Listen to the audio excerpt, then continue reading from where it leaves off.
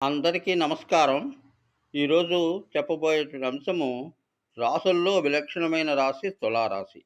అయితే తులారాశి యొక్క ప్రత్యేకత తులనాత్మకత. అంటే ఎవరైతే తులనాత్మకత కోసం కృషి చేస్తారో తులారాశిలో పుట్టిన వాళ్ళకి మంచి జరుగుతుంది.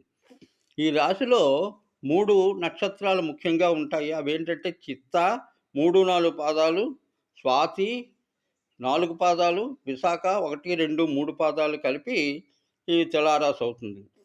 కాబట్టి ఈ రాశ్యాధిపతికి శుక్రుడు అనేటువంటి వాడు చాలా మంచి చేస్తాడు కానీ వ్యామోహం అనేటువంటిది పనికిరాదు. వీళ్ళు వ్యామోహితులు అప్పుడప్పుడు అవుతూ ఉంటారు.